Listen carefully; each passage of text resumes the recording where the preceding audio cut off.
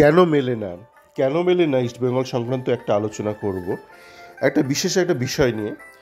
যে আপনারা দেখবেন আজকাল বিভিন্ন ফুটবলার সংক্রান্ত যেসব ভবিষ্যৎবাণী করে যারা জার্নালিস্ট, সেটা একটাও মেলে না।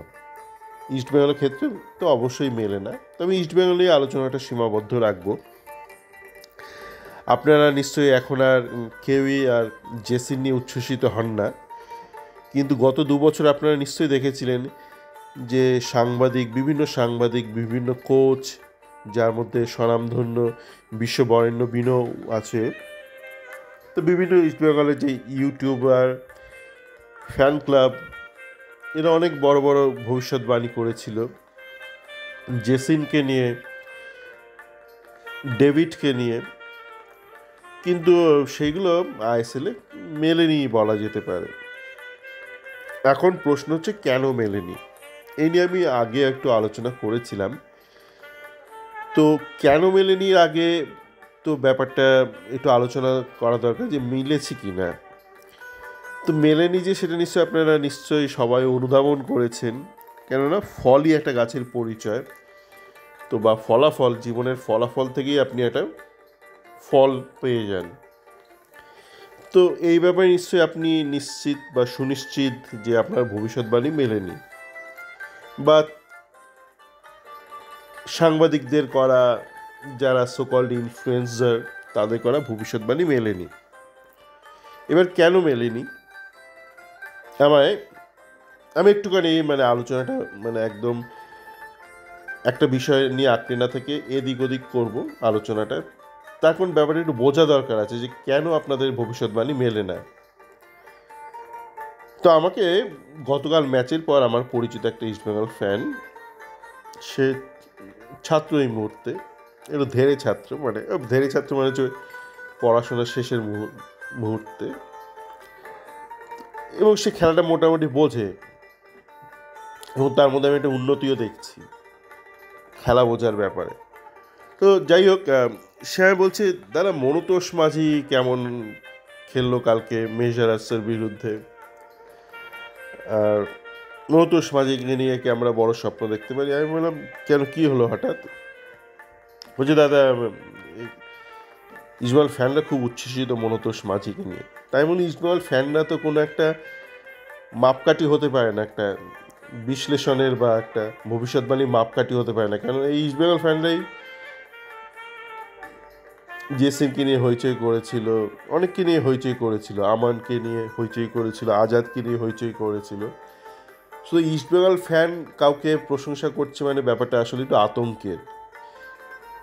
তাই আমি বললাম, প্রথমত যেই অ্যাপটাতে খেলাটা দেখানো হচ্ছে, সে অ্যাপটাকে নিয়ে তো বিশাল কাণ্ড হয়ে গেল গতকাল। চারিদিকে দেখলাম অ্যাপের মালিকদের লোকজন গালমন্দ করলো, এবং প্রায় ম্যাচের 40 মিনিটের নাগাদ গতকাল যে কলকাতা ফুটবল লিগের ম্যাচটা হচ্ছিল, ম্যাচটা সেই অ্যাপ সংস্থা তারা তাদের ইউটিউব চ্যানেলে শেয়ার করলো লাইভ স্ট্রিমিং। এবং আমি দেখলাম সেই লাইভ স্ট্রিমিং হওয়ার সময় সেই অ্যাপের যারা বক্তা, তারা বারবার অ্যামাজনকে দোষ দিচ্ছে।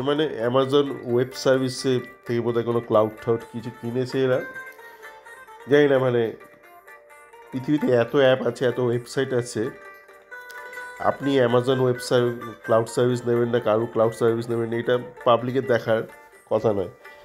আপনার কি অ্যাপের ডিজাইন হয়েছে, আপনার কি প্রোডাক্ট ফেলিয়ারের প্ল্যান রয়েছে, মিটিগেশন প্ল্যান রয়েছে, রিস্ক ম্যানেজমেন্ট প্ল্যান রয়েছে, সেটা আপনার হেডেক। আপনার এই চলছে না, আপনি অ্যামাজনকে দোষ দিচ্ছেন। আর তাও কারা দিচ্ছে?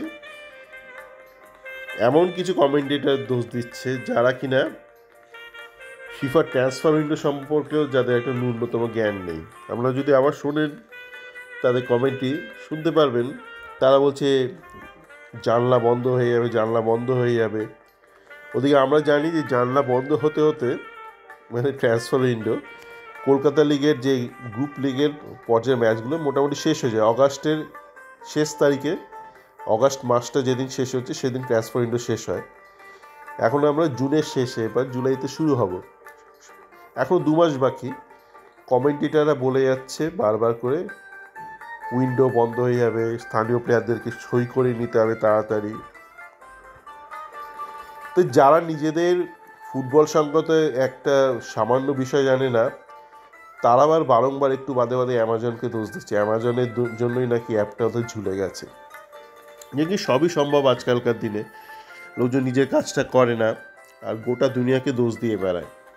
যে কি এই ধরনের মানুষকে ওই ক্রেডিবিলিটি স্কোর আছে, যেটা ক্রেডিট স্কোর বলা হয় ইউএসএতে, বেসিক্যালি ক্রেডিট স্কোর আপনার ক্রেডিবিলিটিকে রিফ্লেক্ট করে। এই ব্যাংকের ক্রেডিট, আপনি কতটা ঋণ নিচ্ছেন, কতটা ঋণ শোধ দিচ্ছেন, সেটাকে আমরা বলি ক্রেডিট স্কোর। কিন্তু ইনডাইরেক্টলি ওটা একটা মানুষের বিশ্বাসযোগ্যতা বা তার ক্রেডিবিলিটির স্কোর, মানে সে কত নিচ্ছে, কত তাড়াতাড়ি শোধ দিচ্ছে বা সময় মতো শোধ দিচ্ছে কিনা। তো একজন ক্রেডিবিলিটিটা অনেকটা বোঝা যায়। এই ক্রেডিবিলিটি এই সমর্থকদের ক্ষেত্রে প্রযোজ্য। তাদের ক্রেডিবিলিটি তো শূন্য। এবার মনতোষ মাঝি নিয়ে আসি। দেখুন, এই গতকালের ম্যাচটা প্রথমার্ধে মোটামুটি 3 গোল হয়ে যায়। মনতোষ মাঝি ছিল প্রায় 60 মিনিটের মতো। এবার প্রথমার্ধে প্রথম 40 মিনিট এখন আমি দেখে উঠতে পারিনি। যখন থেকে দেখানো শুরু হলো ইউটিউবে, ততক্ষণ অলরেডি 3 গোল হয়ে গেছে। আর মেজারাস খুবই দুর্বল টিম, মানে ভীষণই দুর্বল টিম কলকাতা ফুটবল লিগের। মানে এরা কি করে খেলছে প্রথম ডিভিশনে, এটা আশ্চর্যের বিষয়। একই সেই ধরনের টিম, তারপর 3 গোল হয়ে গিয়েছিল। এবার তাহলে মনতোষ মাঝিকে এমন কি করে বিশ্লেষণ করব? আমি ওই ছেড়ে বললাম, তোর কেন মনে হচ্ছে মনতোষ মাঝি ভালো? বলছে দারুণ গোল দিয়েছে। আমার গোলটা থেকে তাহলে প্লেয়ার বোঝা যায় না কীরকম, একটা গোল দেখে। তো ঘটনা হচ্ছে যে প্রথমার্ধে পুরো 40 মিনিট বা পুরো 45 মিনিট না দেখে কিন্তু বলাটা একটা বোকামি হয়ে যাবে যে মনতোষ মাঝি কীরকম। তবে কিছু কিছু অন্য প্লেয়ার সম্পর্কে বলা যায়। যেমন প্রথমার্ধে 40 মিনিট না দেখলো, যেহেতু তন্ময় দাসকে আগে দেখেছি ভীষণভাবে, যবে থেকে ইস্ট বেঙ্গলে আছে। ইনফ্যাক্ট আমি প্রথম কিন্তু তন্ময় দাসকে নিয়ে আমার চ্যাট ফোরামে আলোচনা করেছিলাম। তখন বিভিন্ন ইউটিউব চ্যানেল তারা তন্ময় দাসের নামও জানতো না। কেউ কেউ বরঞ্চ বলতো যে তন্ময় দাস খুব কুড়ে, নাসিব রহমান ভবিষ্যৎ ইস্টবেঙ্গলের ভারতীয় ফুটবলে। পরবর্তীকালে জানা গেল যে নাসিব রহমান আদৌ সিডিএম নয়, ও সেন্ট্রাল মিডিও, একটু অ্যাটাকিং মিডিও গোছে। কিন্তু তন্ময় দাসকে সরিয়ে একটা সময় ভীষণ চেষ্টা করা হয়েছিল। আমাদের বিশ্ববরেণ্য কোচ সেই চেষ্টার ঝান্ডা নিয়ে এগিয়েছিলেন, সামনে এগিয়ে গিয়েছিলেন।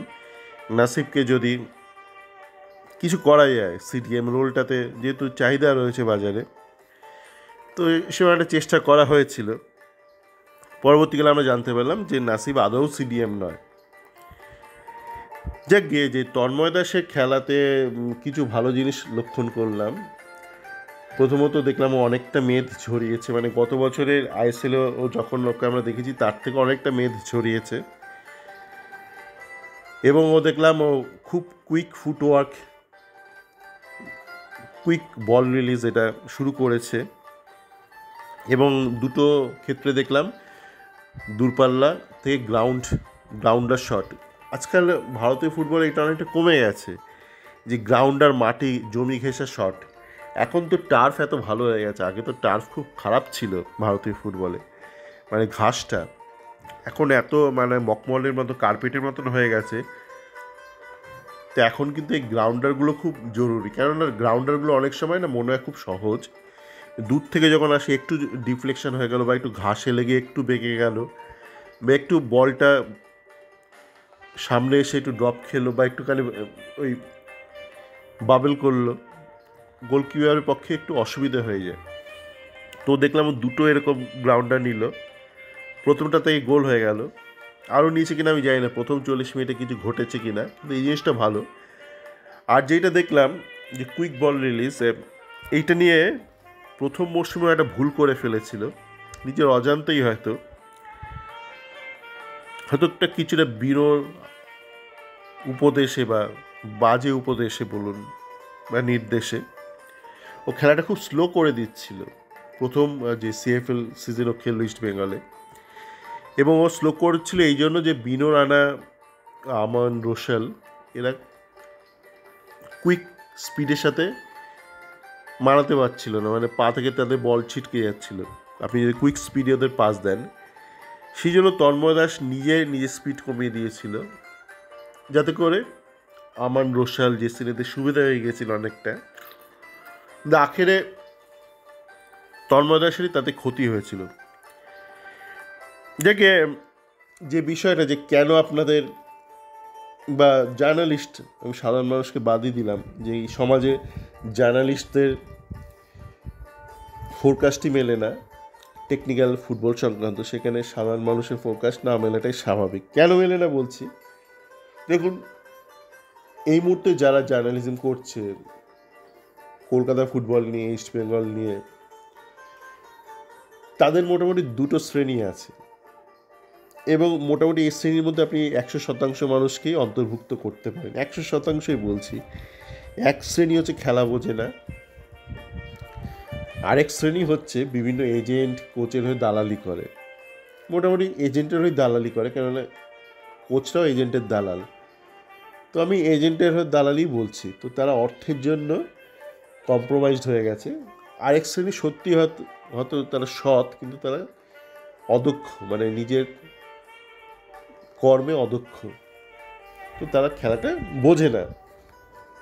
দেখুন কলকাতা ফুটবল লিগে একটা প্লেয়ার কেমন খেলছে সেটা যদি আপনাকে বিশ্লেষণ করতে হয়, আপনাকে তো এইটা মাথায় রেখে বিশ্লেষণ করতে হবে যে সে আইএসএলে কেমন করবে, তাকে যদি আইএসএলে উত্তীর্ণ করা হয় বা প্রমোট করা হয় কেমন খেলবে। এটা বুঝতে গেলে আপনাকে আগে বুঝতে হবে কলকাতা ফুটবল লিগের কী স্ট্রেংথ আর উইকনেস, আইএসএলে কী স্ট্রেংথ আর উইকনেস। তো আমরা উইকনেস নিয়ে আলোচনা করি। কলকাতা ফুটবল লিগে কী উইকনেস? কলকাতা ফুটবল লিগে একটা উইকনেস তো অবশ্যই আছে, যেটা সমস্ত স্টেট লিগে এই মুহূর্তে রয়েছে। কোনো বিদেশি খেলে না, কোনোই বিদেশি খেলে না, শূন্য। তো সেই জন্য জেসিনদের মতন বা ডেভিডদের মতন প্লেয়ারদেরকে কিন্তু কোনো বিদেশি সেন্টার ব্যাকের বা কোনো বিদেশি সিডিএমের সম্মুখীন হতে হয় না। এটা একটা বড় ফারাক। তবে এর চেয়েও বড় ফারাক হলো কলকাতা ফুটবল লিগে বা যে কোনো স্টেট লিগে যেই ধরনের ডিফেন্ডিং হয়, তাতে অনেকটা সময়, অনেকটা জায়গা পাওয়া যায়, স্পেস অ্যান্ড টাইম অনেকটা বেশি পাওয়া যায়। তো এইবার একটা প্লেয়ার যখন ধরুন গোল করছে, তো সে অপোনেন্টের এই দুর্বলতাটাকে কতটা কাজে লাগাচ্ছে আর কতটা নিজের পজিটিভ একটা টেকনিক্যাল ক্ষমতা ব্যবহার করছে, এই তফাৎটা বোঝা খুব দরকার। যেমন আপনারা দেখবেন জেসিন অঢেল টাইম নিয়ে ডান পা বা পা এইসব করতে থাকে।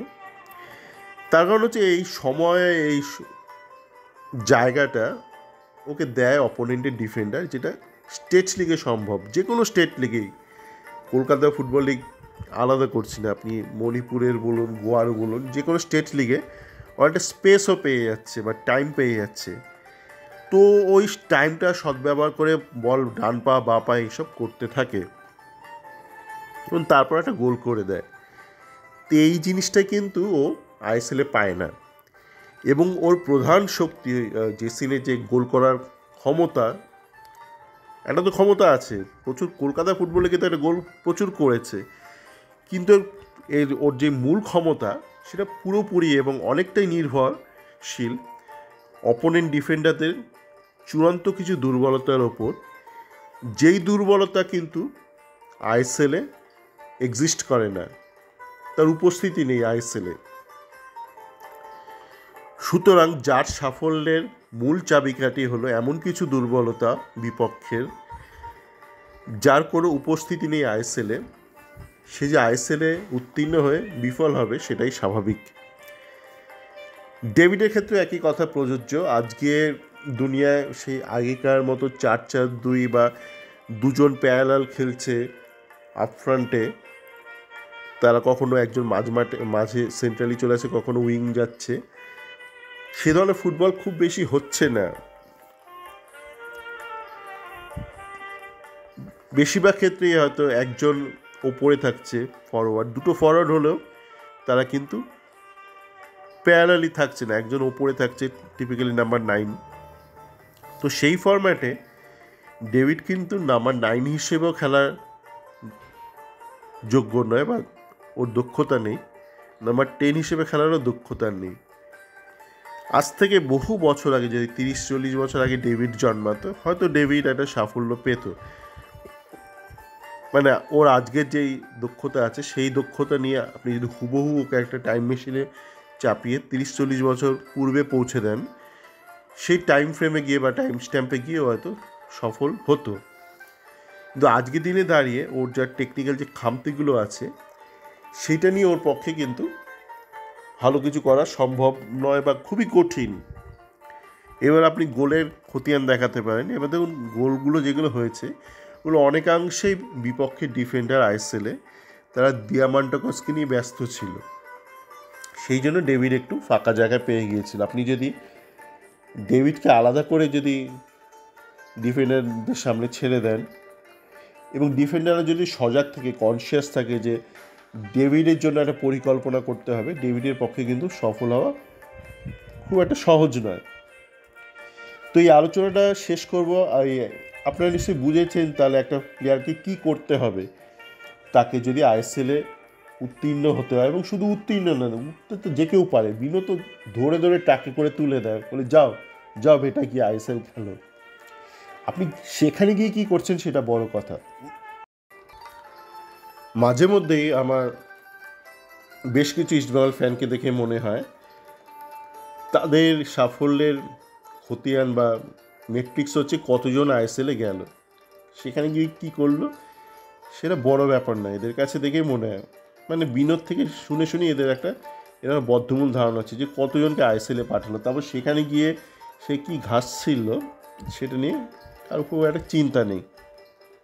তো ফুটবলারদের যেটা মাথায় রাখা দরকার যে এমন কিছু কলকাতা ফুটবলে গিয়ে করো না যেটা তুমি আইএসএলে করতে পারবে না। আমি একটা মুহূর্ত শুধু দেখলাম গতকাল ম্যাচে, প্রথমত শেষ হওয়ার পূর্বে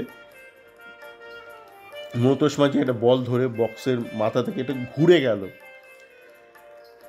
অনেকটা ওই কেরালার ছেলেরা যেরকম করে খেপ খেলতে গেলে। তো আমি জানি না ওই একটু ভালো করে দেখতে হবে যে এই প্রবণতাটা ওর মধ্যে কতটা আছে, থাকলে কিন্তু এটা বর্জন করা খুবই দরকার। কেন এই যে আপনি এত জায়গা নিয়ে সময় নিয়ে ঘুরছেন, এইটা কিন্তু আপনাকে আইএসএলে কেউ অ্যালাউ করবে না। তো দেখি মানে একটু ভালো প্রতিপক্ষের সাথে একটা গোটা ম্যাচ দেখে তারপর আমি মনোতোষ মাঝি নিয়ে আর একটু বিশদে আলোচনা করব। সকলে ভালো থাকবেন।